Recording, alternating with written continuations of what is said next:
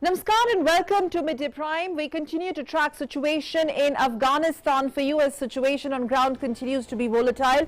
Latest news that's coming in, of course, rockets flowing across Afghan capital on Monday as US races to complete its withdrawal from Afghanistan amidst terror attack fearing high. Remember, President Joe Biden's Tuesday deadline draws to a close.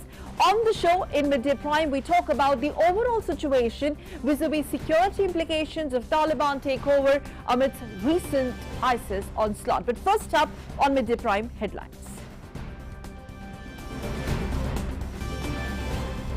Five rockets fired at Kabul airport, intercepted by missile defense system. No casualties reported in the attack. Meanwhile, UN chief calls meeting of the permanent members of the Security Council today to discuss the chaotic situation in Afghanistan.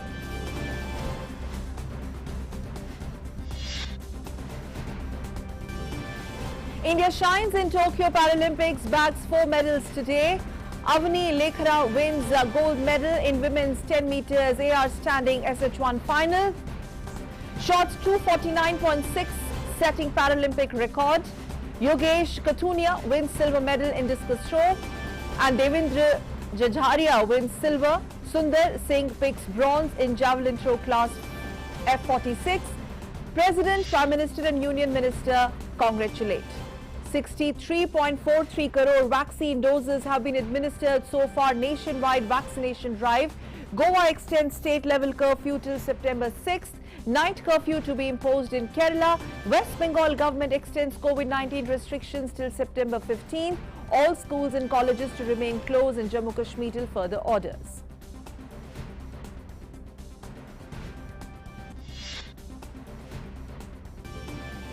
Defence Minister Rajnath Singh delivers the third Balramji Tandon Memorial Lecture on National Security to the students of Punjab University. Says every government should be sensitive to the needs of national security. The Defence Minister says we don't indulge in politics of national security nor do politics over it. The flood situation in Assam has worsened. Over 2.5 lakh people across 16 districts affected. Lakhimpur district worst hit due to continuous rainfall. Brahmaputra flowing at about normal to severe flood situation.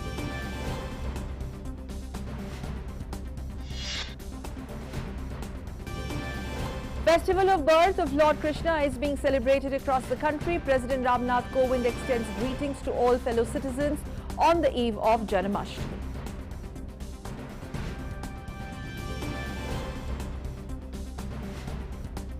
So we begin Midday Prime with big news.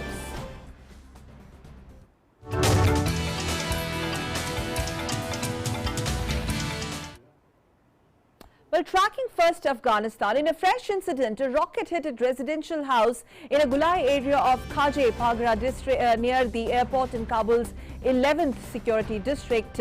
There are reports of 6 casualties but not confirmed. According to reports, as many as 5 rockets were fired at Kabul's international airport but were intercepted by a missile defense system as the US nears the complete withdrawal of its troops from the city.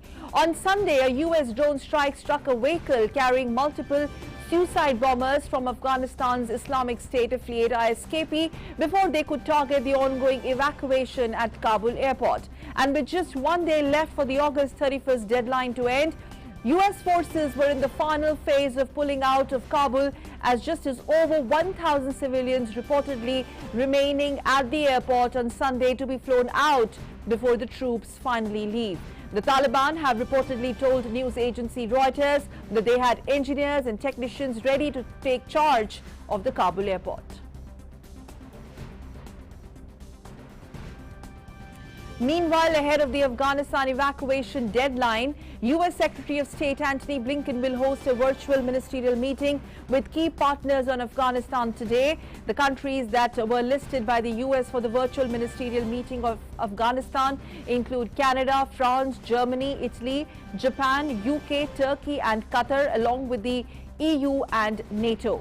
The meeting is set to be key as the US could chalk out a potential strategy for the situation only hours ahead of the evacuation deadline. The meeting of the key partners will look for the way forward after the evacuation deadline.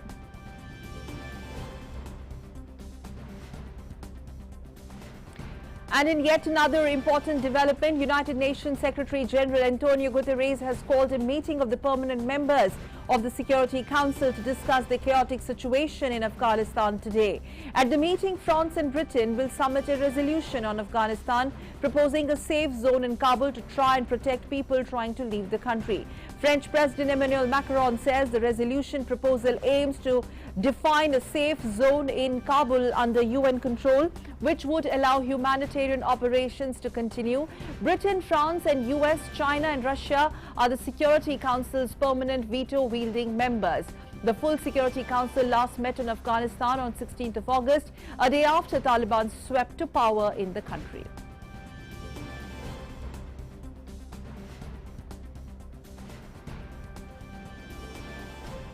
Let's quickly go across to our panelists on the show. Lieutenant General Satish Dua, eminent security and strategic affairs expert, and my senior colleague, our senior editor Ravi Dhiman, joining us from Newsroom. Lieutenant General Dua, thank you so much for joining us, sir. So before we actually start analyzing the implications, let me quickly first go across to my colleague Ravi, joining us from the Newsroom. For the latest on ground, Ravi, what more do we have as far as inputs on what happened early in the morning today, the multiple rockets attack, and some reports are suggesting there are casualties, others are not. What is that you're picking up? Well, the US has not said or certified that there are any casualties in the rocket attack. What we get to know from the official US sources is that all the rockets were intercepted by the air missile defense system and neutralized before it could cause any harm to the US interest, the US personnel there, all those Afghans who are awaiting evacuation at the tarmac. But one thing is sure, as US President Biden also warned, that threat of an attack remains imminent, and the US forces are now just counting the hours before they leave Afghanistan for good. And you see the rocket attack, which was fired from a close distance, aimed at the US soldiers and the US strategic assets on the tarmac, was neutralized by an air defense system. That also shows that the United States was anticipating such kind of an attack on its forces, and it had erected a credible anti-missile system just for the evacuation process. So the US came quite well prepared for such attacks, and it neutralized that attack. Yesterday we saw that they had neutralized a potential ISIS terrorist along with a huge load of ammunition in his vehicle, which was blown away from a drone attack.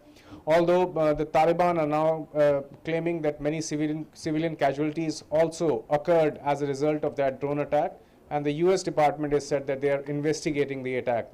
The latest on the ground is that the US forces are hurrying up with the evacuation ops. They want to finish it by 31st, and going by the indications that we are getting, they will wind up the operations tomorrow and hand over the international airport and its control to Taliban, which is, as you just said to the viewers, ready to take over the international airport and its operations. Ravi, stay with us, and please feel free to pitch in with Lieutenant General Dua as well. Lieutenant General Dua, now, last 48 hours, this ISIS onslaught has added a new dimension to the whole Afghanistan narrative. And do you see this opening a third front there? And as my colleague pointed out, Taliban claims, and also there are reports, Taliban apparently has told news agency Reuters, and trying to explain the world that they're pretty much in control of things. But post-withdrawal, you think there's going to be a new set of challenges, ISIS versus Taliban versus rest of the world? True. It is a very complex dynamic. What we are seeing, these kinetic attacks over the last couple of days, is since total 170 people or more have died.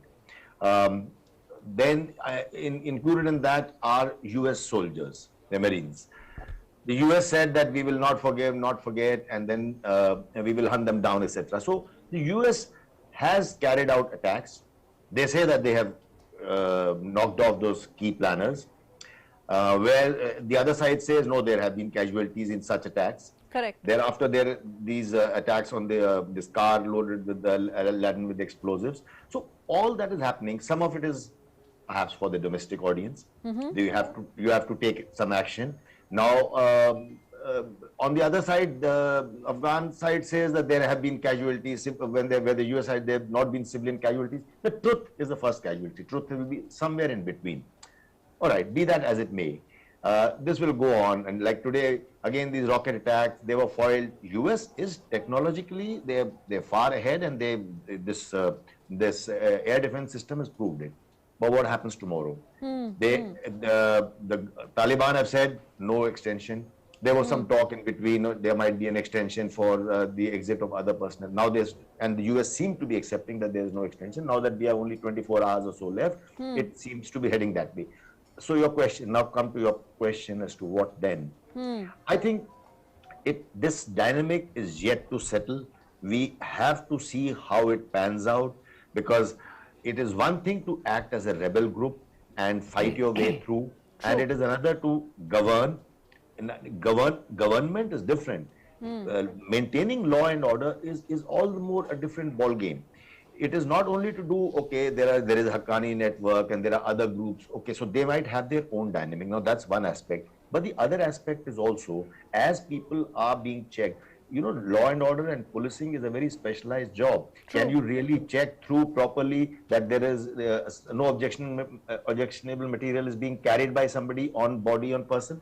So there are different things in terms of enforcement is one issue, but I think we are talking more of the larger issue. Larger issue is, well, with whether they'll be able to control it or not, whether they want to control it to that extent, whether the others will allow them to control it. Those who have been their partners in struggle, who've helped them wage this so-called jihad, then they will want their share, whatever their share may have been, whether it is a part of the government or whether it's extracting some concessions in some part, that remains to be seen. So I think we are in for a long haul to see the structure settle.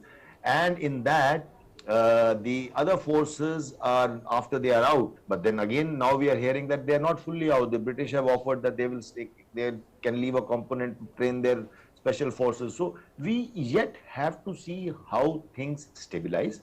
Larger point, US forces are going to be out, evacuations are going to stop.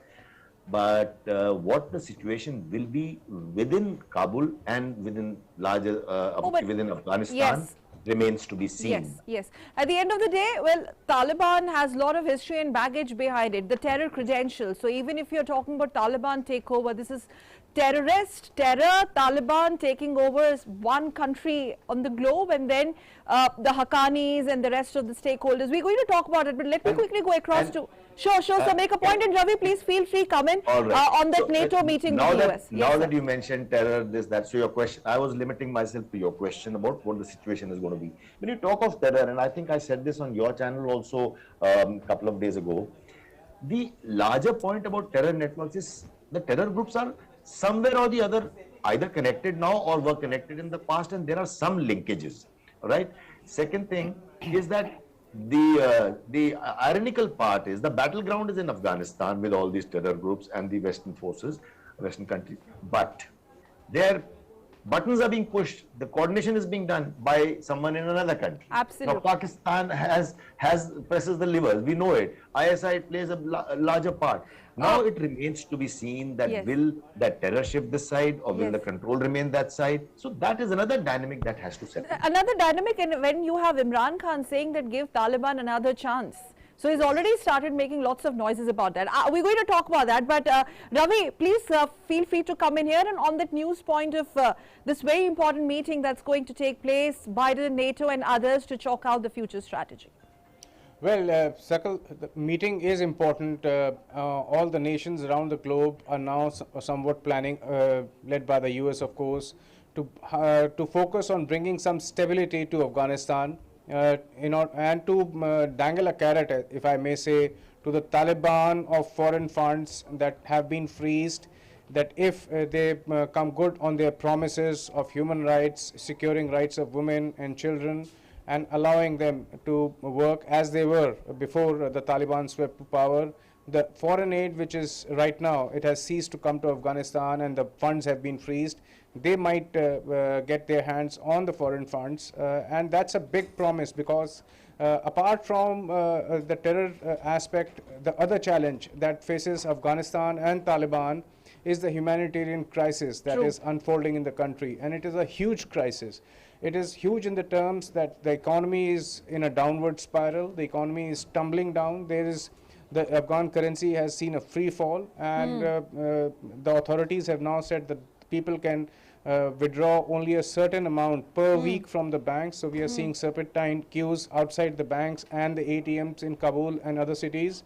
The food scarcity is now going to hit the people, the common man in Afghanistan.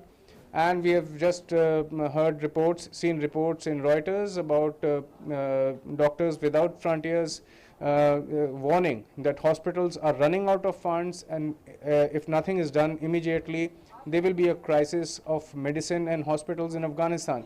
So the common man in Afghanistan is facing many challenges, and the immediate need is to avert what I believe is an imminent humanitarian crisis in Afghanistan of food, hunger, medicine, and of money also, because people are not able to withdraw more than $200 in a week. True. And with such an official dictum comes in fear, and there have been lines outside bank, there have been lines outside ATM, and it all causes the fear psychosis to go up in the minds of the people.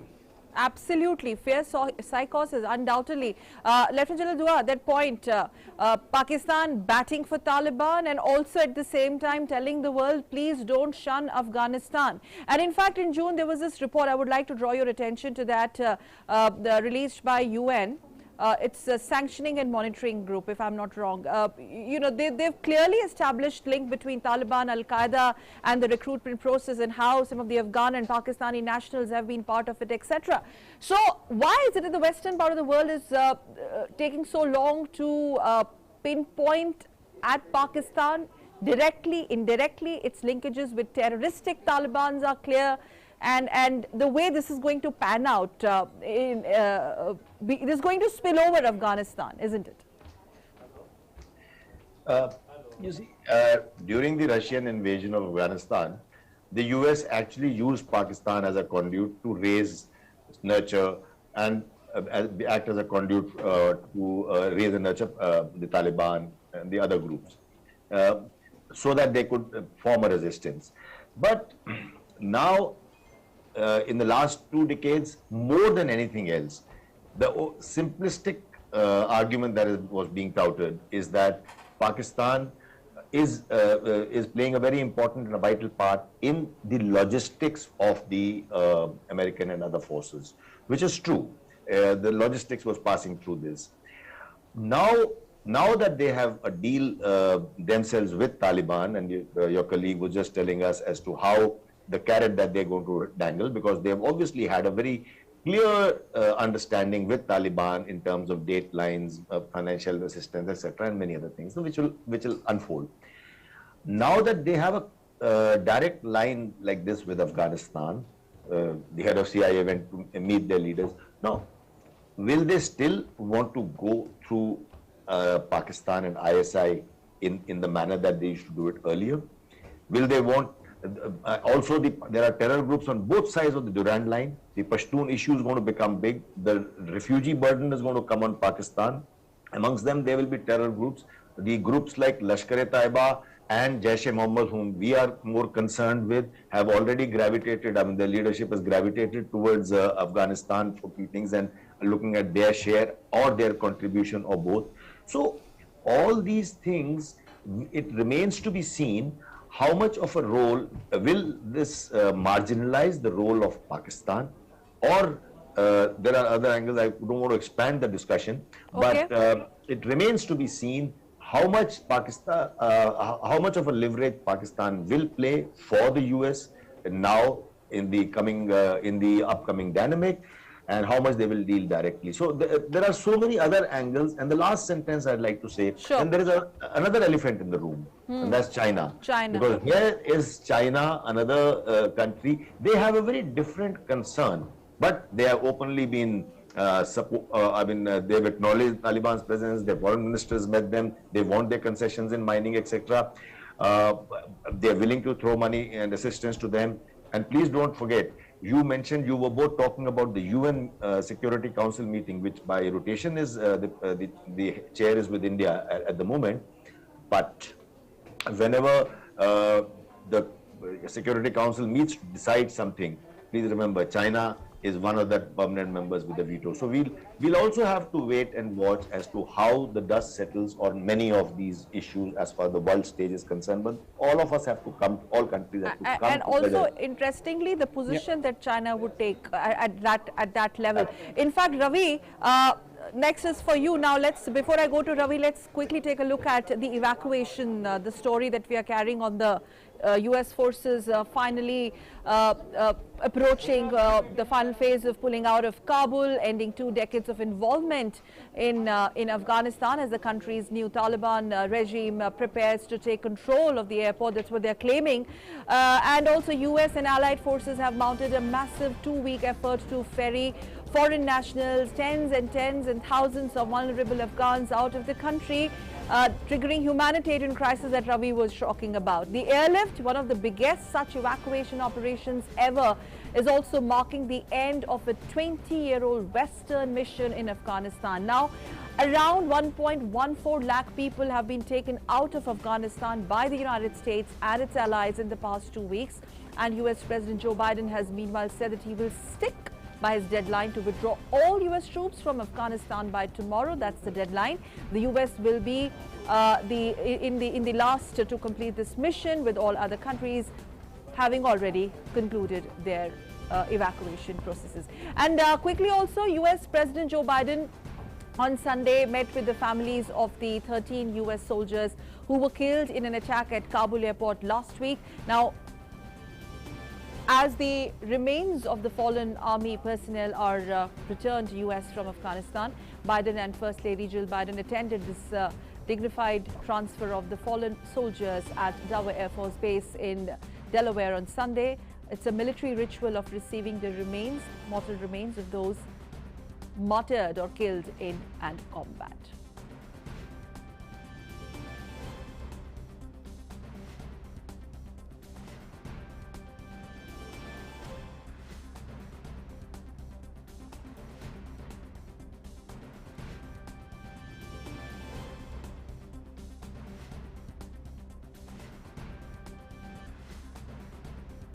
Meanwhile, people around the world took to the streets over the weekend to call for support for Afghans. In Washington, about 1,000 people gathered outside White House, including Afghans living in US. Participants held signs that say "Save Afghanistan" or "Save Afghan Lives." They urged Biden administration to help as many Afghans as possible free the country and help protect the rights of Afghan women. Similar events were also held in more than 30 cities, including London and Berlin, to call for support for Afghans. Let's once again go back to Ravi. Ravi, there were also reports of... yes, Ravi is there. Ravi, there were also reports of France batting for a safe zone with the help of UN. And a quick bit of perspective as far as this final last leg of the US evacuation at the Kabul airport is concerned. Well, the US forces are now counting hours before they leave Afghanistan for good after a campaign which extended 20 years and cost the US Treasury trillion of dollars, all for the Taliban to come back again, sweeping the entire country in less than a week, come back to power, and now the same US has to negotiate with the Taliban for safe exits of its own soldiers and citizens. So this has been a rather, we can say, strange story of the US intervention in Afghanistan, brought to an abrupt end. As you were saying, the US President Joe Biden went to Delaware Air Force Base, where the mortal remains of the US soldiers who were martyred in that attack were brought back home. This is a big challenge for Joe Biden. His popularity has been decreasing ever since. We saw heart-rending scenes at the Kabul airport before the blast, and after the blast it has plummeted down further. Apart from that, he's also battling many other things in United States. One among them is the cyclone Ida, which has battered Louisiana and is said to be the strongest ever. in 100 and 120 odd years. That apart, the challenge for the US and specifically for Joe Biden is to ensure now what the United Nations Security Council said and what other nations have been trying to stress and underline, that Afghanistan under Taliban does not become a hotbed of terror recruits, does not become a hotbed for terror organizations, and they don't find a safe haven here in this landlocked nations. Also, one point which I wanted to add was the concern of India. Now, India is naturally concerned because you see the turmoil within Afghanistan as the US prepares to leave it for good. The Taliban takes over and there is complete confusion, chaos inside Afghanistan. That's a perfect breeding ground for terror organizations like LET and Jaish-e-Mohammed to get more recruits targeting India, and that is one possibility that India will be apprehensive of, given that the modern weapons that have fallen in the hand of Taliban, they will also be increasing the apprehensions in India. That is the point also, Lieutenant General Dua, we wanted to discuss with you. India's position yesterday, Raksha Mantri said in many words that the change in scenario is a challenge, and that's going to, have some, I mean, are we looking at a sort of rethink or reset, not rethink, a reset sort of strategy with Afghanistan? Look, there are two aspects here. One is the aspect which you just mentioned, your colleague just mentioned about the terror groups getting emboldened, getting more support from there to launch attacks in India, meaning Kashmir. On the other hand, we are talking of how countries deal with each other. That is the rethink also, because do we deal with Taliban? Or do let's say, let me put it this way: do we deal with the whoever is in power, or we retain a moral high ground and say we don't deal with you? But to that extent, I think we will have to be pragmatic and deal with the government in power unless they get to a civil war. Okay. Which hopefully won't happen. Now, today, I think this was this morning's statement or yesterday's, where Taliban has given out a statement, a positive statement for India, that they would look forward to our assistance in a few sectors that they mentioned. Okay. If they've made that thing, we already have a very good people-to-people connect with Afghanistan. So we must continue to keep our channels open and be ready to deal with them as situation progresses. On the other hand, if you look at terror groups, last time round in early 90s, you all will recall that the surplus of Mujahid, if I may put it lightly, was actually refocused or redirected by Pakistan towards our borders and across the LOC, etc. This time round, while on one hand we are well prepared, we have a very robust counter-infiltration grid. We have raised a full-fledged new force called Rashtriya Rifles for counter-infiltration and counter-terrorism operations. So Army is much more, we have a LC fence with sensors and enablers. So we are well prepared to meet that, to thwart that attempt.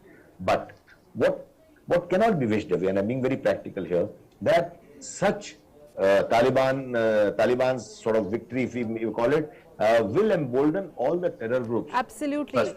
And which will also perhaps motivate young boys to join militancy. So to that extent, the kind of development and growth that has been unleashed in Kashmir in the last 2 years after deletion of Article 370, that should catch speed, so that brings into focus that we need to ensure that we don't have minds swaying back towards that kind of a negative thought. Yes, because this Taliban takeover, whether it is smooth finally, it has far-reaching implications across the globe, including Kashmir. Of course, you being one of the experts of politics and the strategic affairs there. Ravi, before we wrap up, you want to quickly come in here?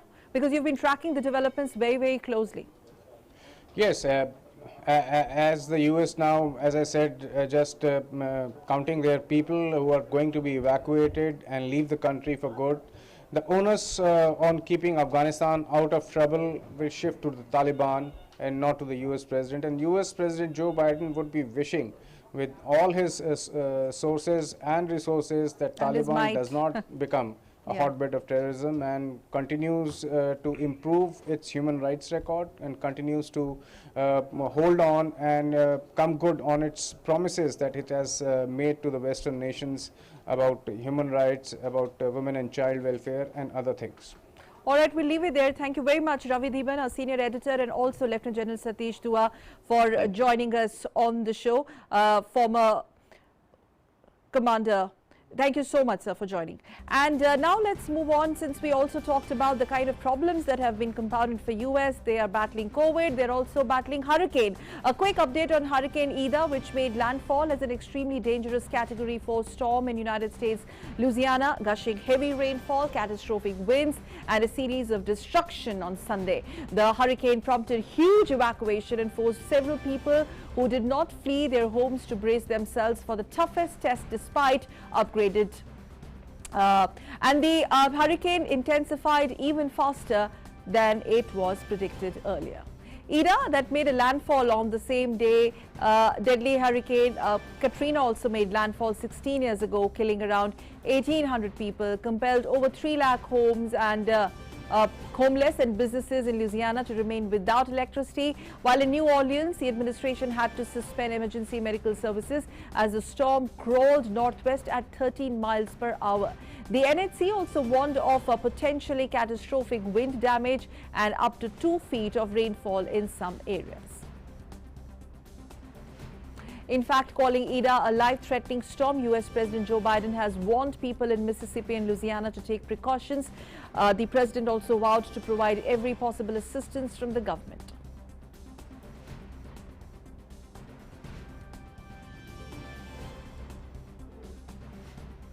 So I want to emphasize again, this is going to be a devastating hurricane, a life-threatening storm. So please, all you folks in Mississippi and in Louisiana, Mississippi, and God knows, maybe even further east, take precautions. Listen, take it seriously, really very seriously. And, you know, the whole of government effort is ready to get to work. I can't think of any time where the federal, state, and local folks have worked together more closely and in advance of an obvious, significant natural disaster. And folks, we're going to be here. We're going to be here to help the Gulf region get back on its feet as quickly as possible, as long as it takes. But don't kid yourself. This is going to take a lot of resources, a little bit of luck. That was Joe Biden on Hurricane Ida. And now let's move on to our next segment, that is National Prime segment. Defence Minister Rajnath Singh has said that national security is the utmost priority of the government, while adding that the centre has given free hand to the armed forces. The minister was delivering the 3rd Balramji Tandon Memorial Lecture on National Security to the students of Punjab University through video conference.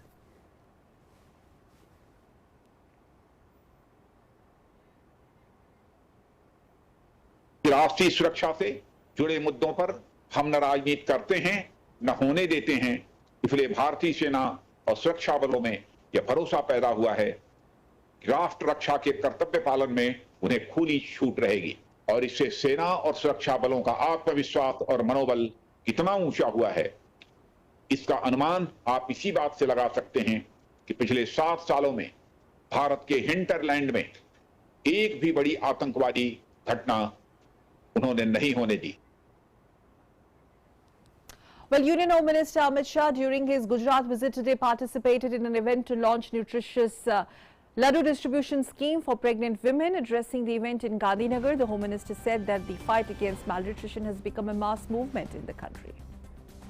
प्रधानमंत्री जो 8 मार्च 2018 को पोषण का, कुपोषण के खिलाफ लड़ाई का एक अभियान जो शुरू किया, आज एक बहुत बड़ा आंदोलन परिकर रहा है। आज मुझे भी बड़ा आनंद है कि अहमदाबाद जिले के दसक्रोई, बावला, सानंद और गांधीनगर और कलोल क्षेत्र की लगभग 60,000 माताओं को जब तक वो अपने बच्चे को जन्म नहीं देती है, हर महीना 15 लाडू मगज के उनको फ्री ऑफ कॉस्ट जिला प्रशासन उनके घर तक पहुंचे, इसकी व्यवस्था करेगा और ये सिलसिला निरंतर चलता रहे। In Uttarakhand, at least 2 people have died near Juma village of Pithoragarh as a landslide struck the region. Around 7 people are reported to be missing. Uttarakhand Chief Minister Pushkar Singh Dhami has directed the district administration to speed up rescue operations. The Chief Minister tweeted. Let's take a look at the tweet. At least 2 people died due to landslide near Juma village of Pithoragarh district and 5 others are stranded. I have directed district magistrate to ramp up rescue operations. I pray for well-being of people stranded in the region.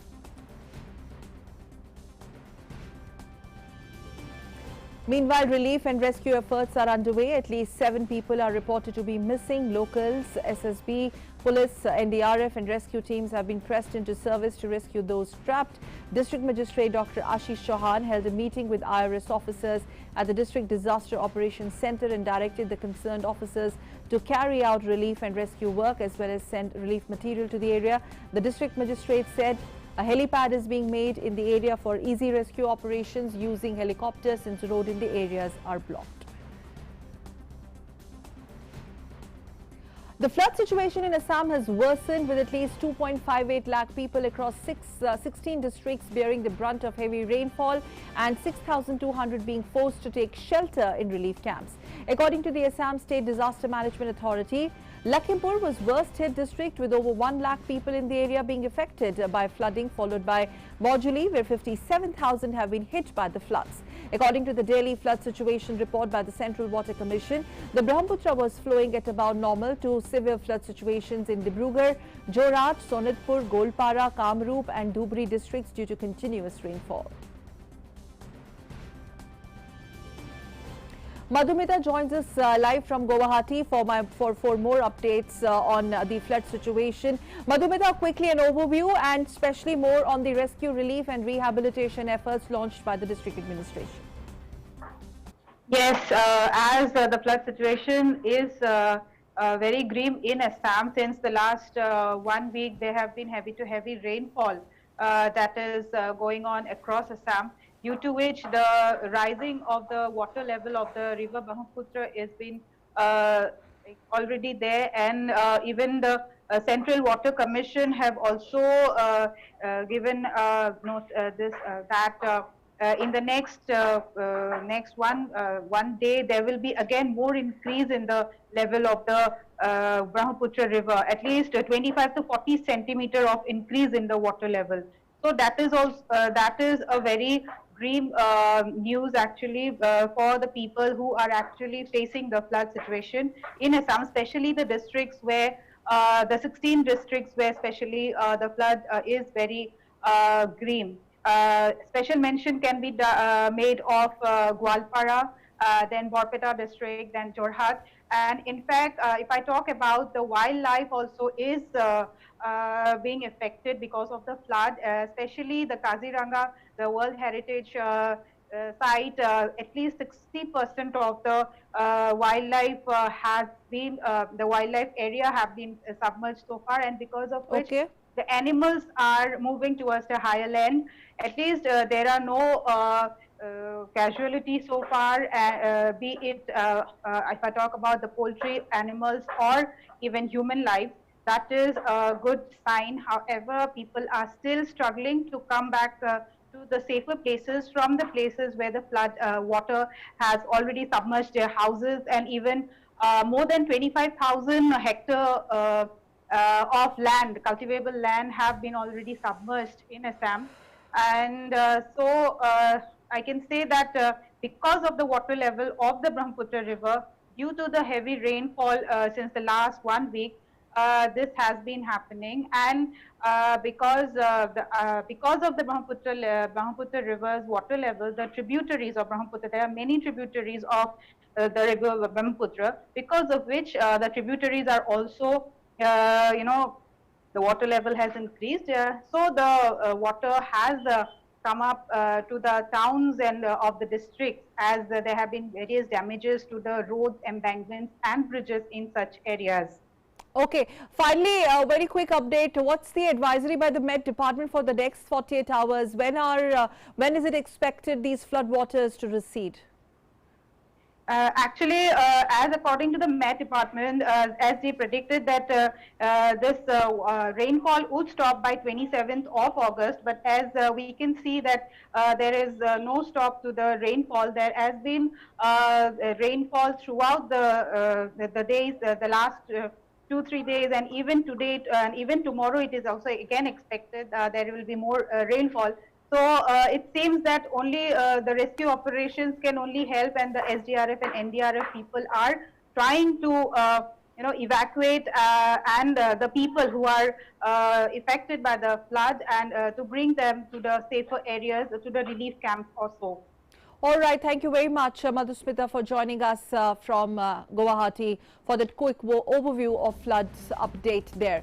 Now an update on the nationwide vaccination drive and COVID-19 situation from across the country. Let's look at these numbers on your screen. India's vaccination coverage has surpassed the cumulative figure of 63.43 crore. Sustained and collaborative efforts by the centre and the states and union territories continue. The trend of less than 50,000 daily new cases that is being reported for 64 consecutive days now. 42,000 plus new cases were reported in the last 24 hours across the country.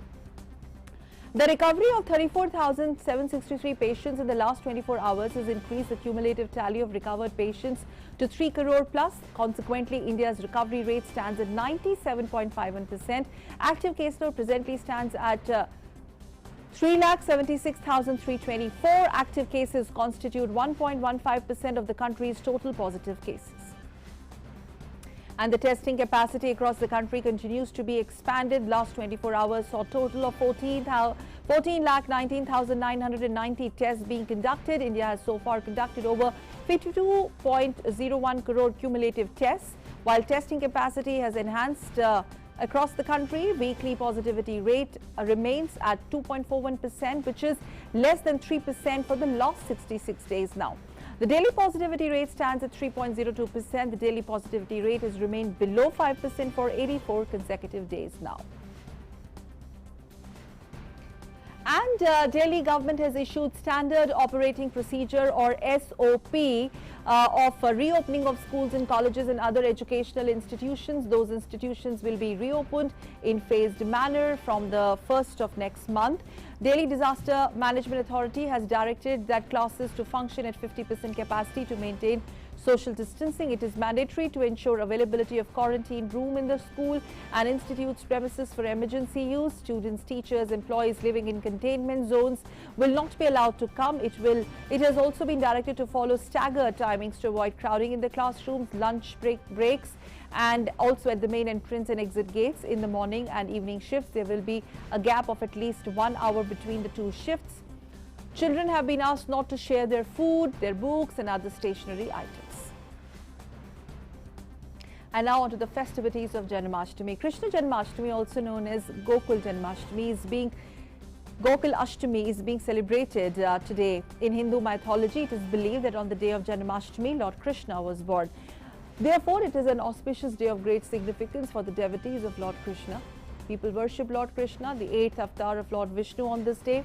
Celebrations that go on throughout the day include fasting till the moment of the Lord's birth at 12 midnight. And the actual birthplace of Lord Krishna, Mathura, has a great significance when it comes to celebrating Janmashtami. Krishna's birthday is also celebrated with much zeal in the city of Vrindavan, as it is believed that he spent major parts of childhood there. My colleague Nandita Dagar joining us live from ISKCON temple in Dwarka in Delhi to take us through the Janmashtami celebrations. And ISKCON, it is special when it comes to ISKCON, especially the ISKCON temples. Nandita, over to you. Pan the camera, get us the live visuals and the fervor of Janmashtami. Yes, as you can see, Sakal, behind me is the throne of Lord Krishna here at the ISKCON temple in Dwarka, and people are maintaining apt social distancing as well as washing their hands.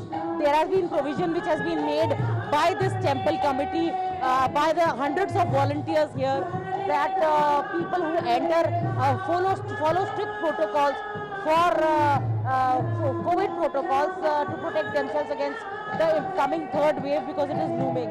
And the people here have been coming since 8 o'clock in the morning, which we've been here. They are dressed in their best finery.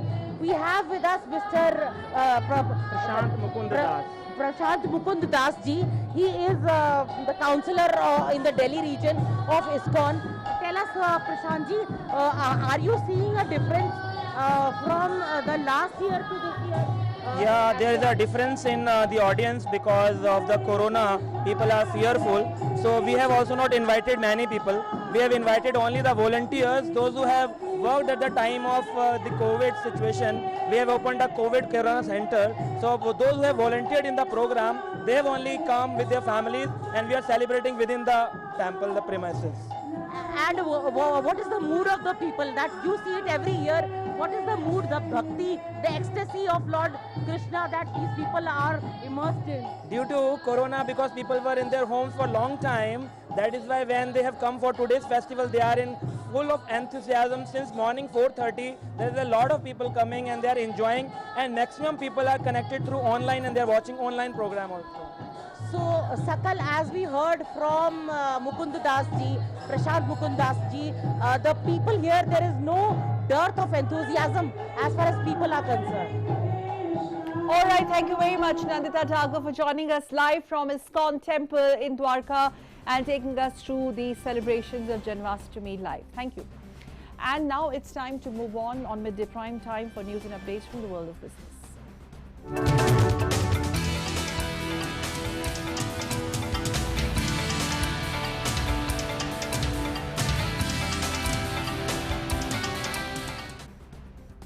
And for Business Prime, my colleague Tanvi joins us with more. Tanvi, good afternoon. Over to you. Good afternoon, Sakal. The domestic stock markets have surged to fresh all-time intraday highs on Monday. So the Sensex at the BSE had zoomed to a new record intraday peak of 56,734 in morning deals. Later, after easing slightly, the Sensex was still up a solid 659 points, so 1.2% at 56,783 a short while ago. The Nifty at the National Stock Exchange touched a new lifetime intraday peak of 16,881. Later, it was up a good 198 points, so 1.2% at 16,903. The broader market posted even stronger gains, with the BSE mid-cap and small-cap indices shooting up 1.6% each. The top index gainers are Tata Steel, Sun Pharma, Coal India and Divis Labs, with gains of between 2.6 and 3.6%. The top index losers are Tech Mahindra, Infosys, HCL Tech and Wipro, with losses of between 0.4% and 0.8%. Are you planning to invest in gold? Look out for it today. The Reserve Bank of India opened the next tranche of the Sovereign Gold Bond Scheme 2021-22 Series 6 for subscription for 5 days from today to September the 3rd. The bonds are being sold through banks, Stock Holding Corporation of India Limited, designated post offices and recognized stock exchanges, that is National Stock Exchange of India Limited and BSE. The issue price for Sovereign Gold Bond Scheme has been fixed at 4,732 rupees per gram of gold. The RBI issues the bonds on behalf of the Government of India. The government, in consultation with RBI, also provides a discount of 50 rupees per gram less than the nominal value to those investors applying online and where the payment against the application is made through the digital mode. The tenor of the bond is for a period of 8 years with an exit option after the 5th year to be exercised on the next interest payment dates. The minimum permissible investment is 1 gram of gold.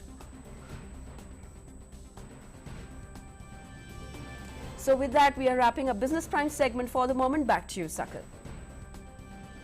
Thank you so much, Tanvi, for those quick inputs on Business Prime. And after Business Prime, let's move on to the next segment, that is World Prime.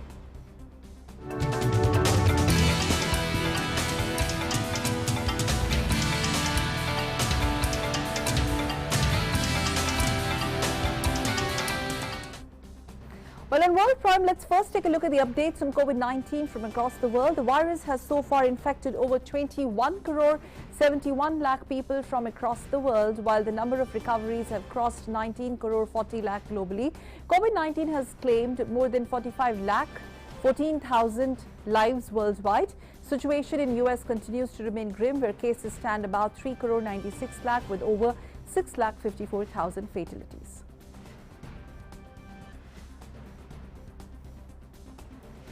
And New Zealand's Prime Minister Jacinda Ardern has put the country's largest city, Auckland, in lockdown for another 2 weeks today, saying the job of eliminating Delta variant of COVID-19 has yet not been done, as the country recorded its first death linked to the US drug maker Pfizer COVID-19 vaccine.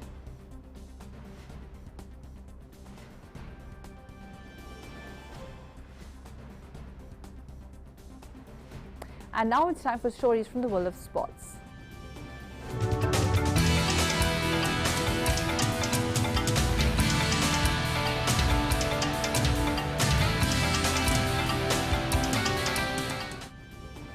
And fantastic news continues to pour in from the world of sports, and for that my colleague is joining us with more details. Over to you. Good afternoon. Good afternoon, Sakal. Thanks. Welcome to the world of sports. Let's take you quickly through what's happening today. It's raining medals and Indian athletes shine in Tokyo Paralympics, bagging 4 medals today. Let's quickly begin with Paralympic stories. Avni Lakhera clinches India's first gold today in the ongoing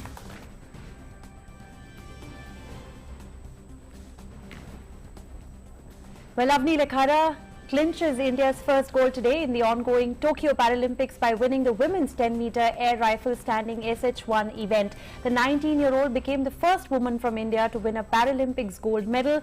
Avni finished with a Paralympic record and in process equaled the world record with 249.6 points.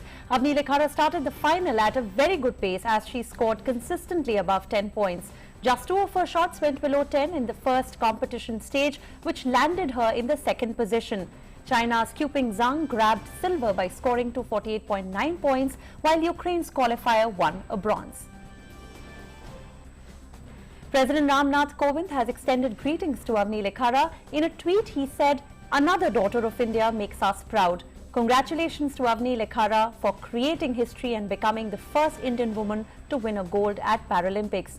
India is elated by your stellar performance. Our tricolour flies high at the podium due to your phenomenal feat." Prime Minister Narendra Modi has also extended greetings. He said, "Phenomenal performance at Avni Lakhera. Congratulations on winning a hard-earned and well-deserved gold, made possible due to your industrious nature and passion towards shooting. This is truly a special moment for Indian sports. Best wishes for your future endeavours." Union Sports Minister Anurag Singh Thakur also congratulated, saying, "Amazing Avni wins gold medal for India, a historic achievement as she becomes the only woman in Olympics and Paralympics to win a gold. Shooting in 10-meter AR standing SH1 final, score of 249.6, creating a Paralympic record, equaling the world record."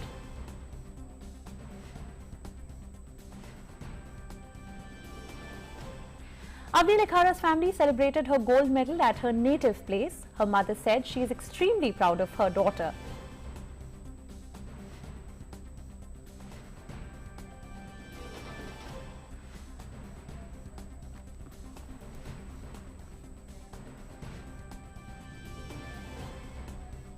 बहुत खुशी हो रही है, बहुत खुशी हो रही है, गर्व हो रहा है मेरे को डब्बू के ऊपर।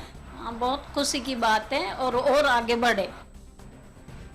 Two Indian athletes also won a silver medal today. Yogesh Kathunia won the silver medal today in the men's discus throw F56 event. Yogesh registered his season best attempt of 44.38 in the men's F56 final. Yogesh threw a 44.38 in his sixth and final attempt to take up the top spot before Claudine Batista of Brazil fired the 44.57 in his first attempt to dethrone the Indian athlete. The 24-year-old sent the disc to a best distance of 44.38 meters in his sixth and last attempt to clinch the silver. Speaking after the winning medal, Yogesh thanked the Sports Authority of India, the Paralympic Committee of India and especially his mother for the support. Foul हो गए थे लेकिन फिर भी foul होने के बावजूद भी अच्छा हुआ और मेडल आ गया सिल्वर। मैं थैंक यू सबसे पहले तो साई को करना चाहता हूँ, पीसीआई को और अपनी मम्मी को सबसे ज़्यादा जिसने मुझको बहुत ज़्यादा सपोर्ट करा था। Prime Minister Narendra Modi has extended greetings to Yogesh. In a tweet he said, "Outstanding performance by Yogesh Kathunia. Delighted that he brings home the silver medal. His exemplary success will motivate budding athletes. Congrats to him, wishing him the very best for his future endeavours." Union Sports Minister Anurag Singh Thakur said silver for Yogesh Kathunia in his first Paralympics. India's Paralympians are making us immensely proud and it's thrilling to see them in action. Discus throw, F56 final, season best throw of 44.38 meters.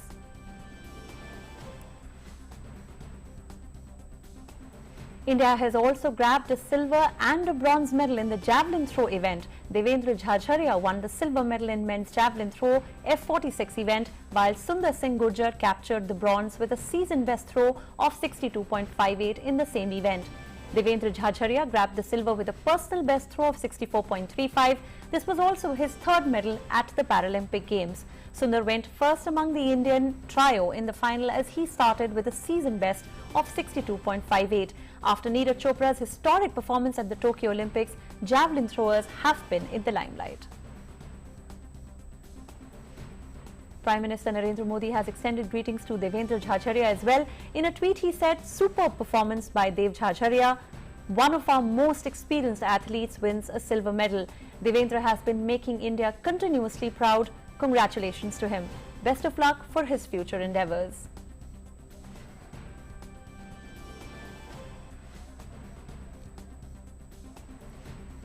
Extending congratulations to Sundar Singh, the Prime Minister said India is overjoyed by the bronze medal won by Sundar Gurjar. He has shown remarkable courage and dedication. Congratulations to him, wishing him the very best.